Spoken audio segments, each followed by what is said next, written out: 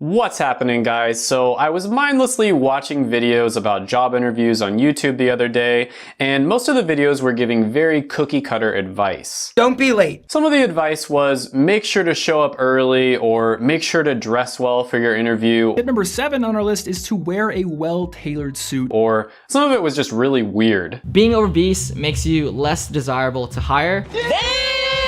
So most of this was very just basic, bare minimum advice that I think most people automatically know. Like, I think you should know to show up early to your interview, for instance. And it's really not gonna help you to always remember to smash the like button, because I spent a lot of time making this video and it really does help with the YouTube algorithm, and it'll give you good luck on your next interview. Smash it!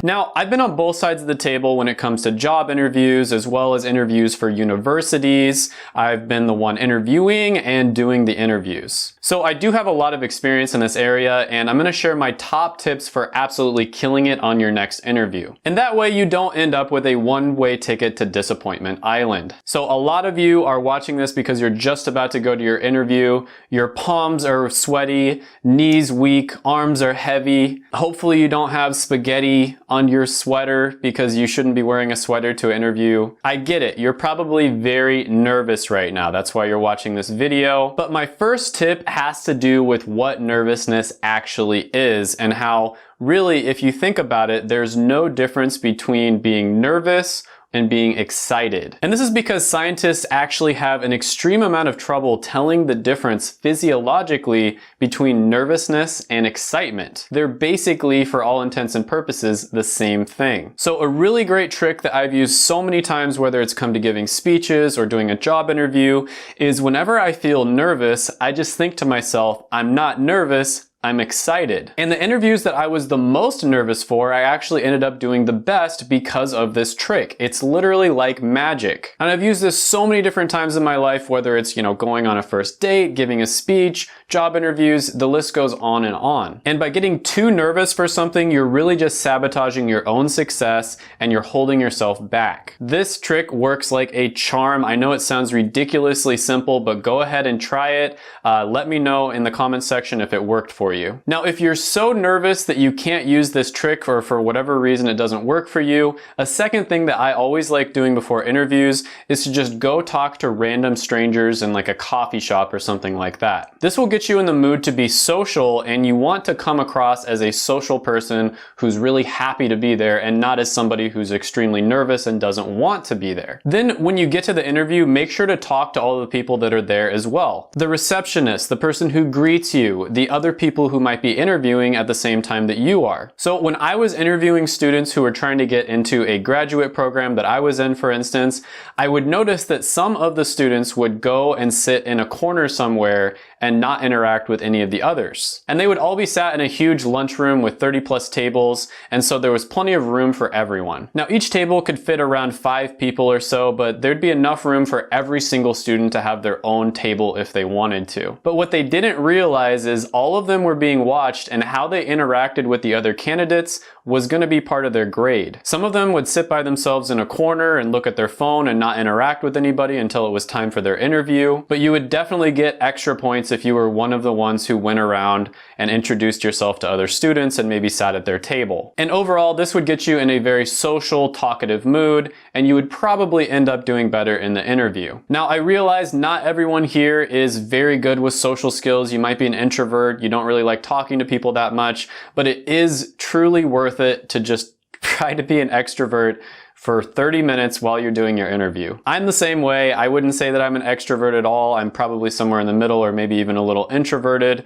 but you've got to try to put on that extrovert face while you're doing your interview and be very outgoing and just act like you're extremely happy and excited to be there. People will pick up on that vibe and they'll be excited to interview you. Number 2 on the list is know who you're interviewing with to the best of your ability. Now, what do I mean by that? What I mean is there will be either one one person who interviews you. Sometimes there will be several different people that are interviewing you, and you really want to do your research and try to figure out who they are before you get into that room. And not only the person you're interviewing with, you also want to make sure you have a really good background on the company, the field you're interviewing for. Like, think about really big news that's happening in whatever industry or field that you're in. And if they do tell you who you're going to be interviewing with, you want to look them up on LinkedIn and try to get some background information on them so you kind of have a little bit of an idea who they are. And also, you'll probably feel a little bit more comfortable with them just because you sort of feel like you know them. And then you can reach out through your network and ask somebody who's in a similar situation as them, maybe let's say they're an HR person, what they would be looking for in a candidate for that particular position. And then whatever they're looking for, you can highlight those particular attributes that you have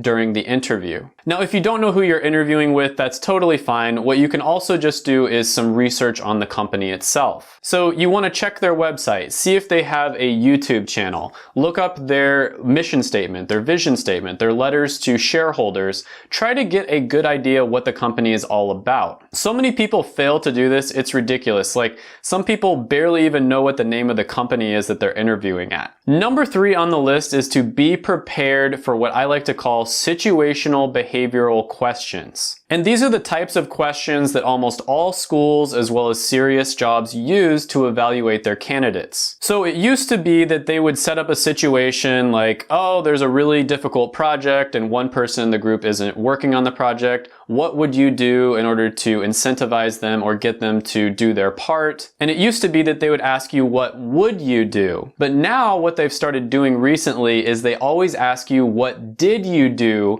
in a similar situation like that in the past? And this is based on the theory that past behavior is going to predict future behavior, which is generally true. Now, these sorts of questions can really throw you off guard if you're not ready for them. For one, a lot of the times your brain is kind of just going to freeze up when they ask you to remember something that happened in your past. So these questions really throw people off, and a lot of people don't perform well on them at all. An easy way to answer a question like this is to use the STAR method, and that stands for situation, task, action, and result. And I always like to do the STARS method. The little S at the end is kind of what I do, which is summarize everything up. And I also want to mention that while you're using the STARS method, make sure to actually answer the question that they asked you. This is another thing that I saw all the time, is someone would go on and ramble on about all these things that happened and stuff, but then they wouldn't actually answer the question that we asked. And so we would have to give them like a 0 out of 5 when we were grading them, because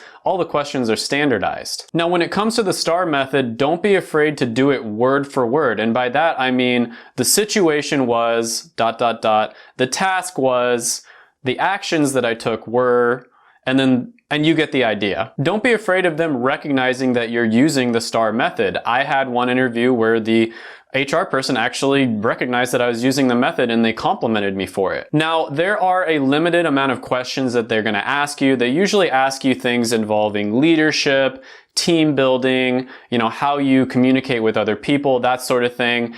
And I'm going to put a PDF in the description that basically has all the different questions they could possibly ask you for. If I forget to do it, remind me. But yeah, I'm going to put a PDF down there that basically has every possible question they could ever ask you. And what you can do is just go over each one of these and then think of a story in your head that you can tell them during the interview that will basically answer any of these questions. That way you will be prepared for whatever they have to throw at you. Now, the situational behavioral questions will make up the bulk of all the questions that they ask you. However, there are other questions that you're probably going to get in just about every interview you ever do. So this is going to include why this company or why this school. So this is the part where you want to do some background research on the school or the business that you're applying to, and you want to make sure that you know that they're special. So for instance, when I was applying to grad schools, some schools used more of a traditional teaching model, and then some of them did what's known as the block system, where you take one class at a time for a 1 or 2 week period. I personally thought that the block system, where I get to immerse myself in one subject at a time, would be better for me personally, and so that's something that I would talk about during the interview. And I would say that I think this school is going to be a very good fit for me because of the block system. Another one they're going to ask is, why this profession? And I have heard some horrible answers to this one to people who got caught off guard. Like, there's some people who try to be funny and they'll say something like, because of the money. Don't say something like that. That's not funny. You need to think of a really good reason that got you interested in that profession. Even if you don't have that good of a reason, you need to think of one. And what you want to do with each one of these types of questions that you know pretty much 99% of the time you're going to get is you want to craft a personal story that tells them why you were interested in whatever that was. Now, with the STARS method, that's not very personal. You kind of want to just keep that completely professional.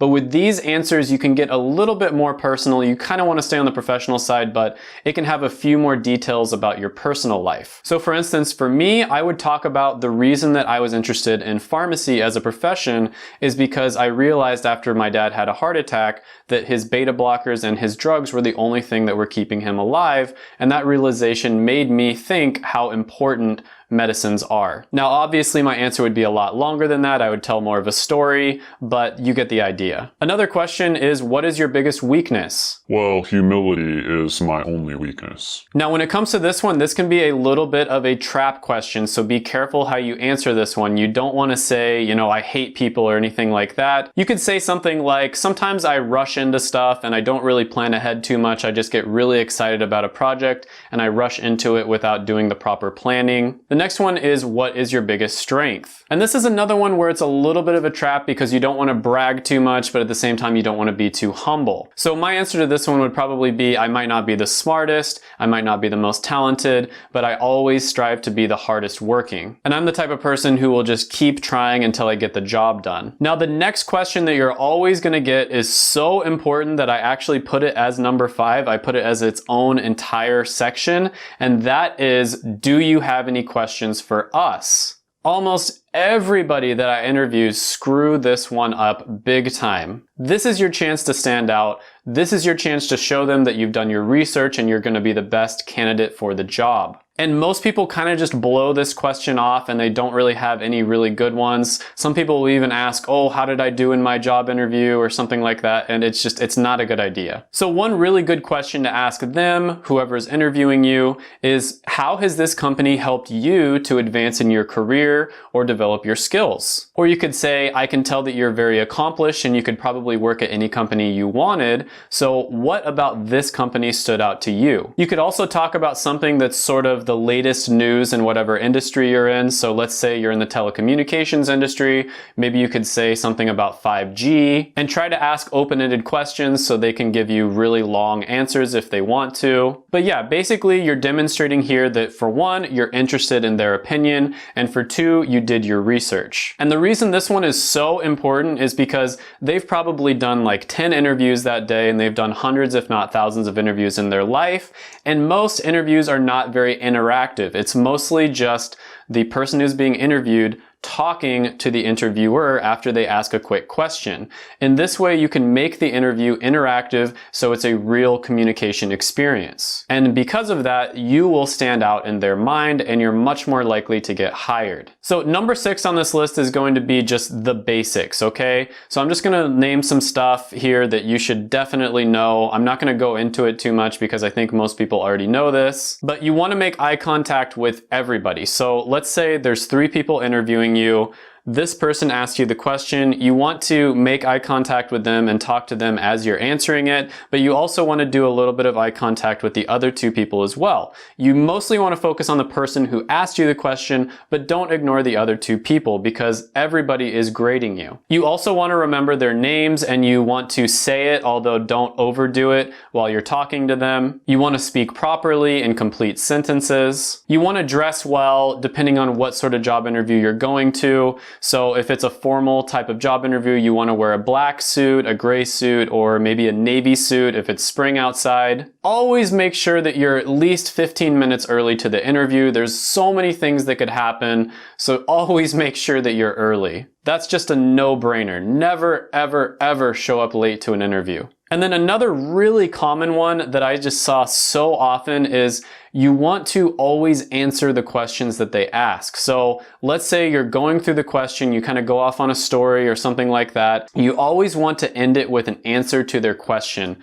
This is so common. I can't believe how often this happens where people don't actually answer the questions that they were asked. Number 7 is to just avoid some of the common mistakes that people see all the time. You know, always show up early, like I said. Always be nice to everybody that you meet. Doesn't matter if it's the receptionist, the person at the door. Always be super nice to everyone you meet because trust me, they're all talking to each other and you're probably going to be evaluated on how you treat the other people. Don't be the person sitting by themselves in the corner like a recluse. And for the love of God, do not ask the interviewer how you did after the interview. That is so cringy when people do that. Please, please don't do that. Thank them for the opportunity and just be professional about it. And when it comes to being nervous, it's better to be overly excited than kind of just calm and not excited at all. I know the way that some people deal with nervousness is they kind of go into their shell and they just don't talk much or anything like that. But trust me when I say you want to act like you're really excited to be there,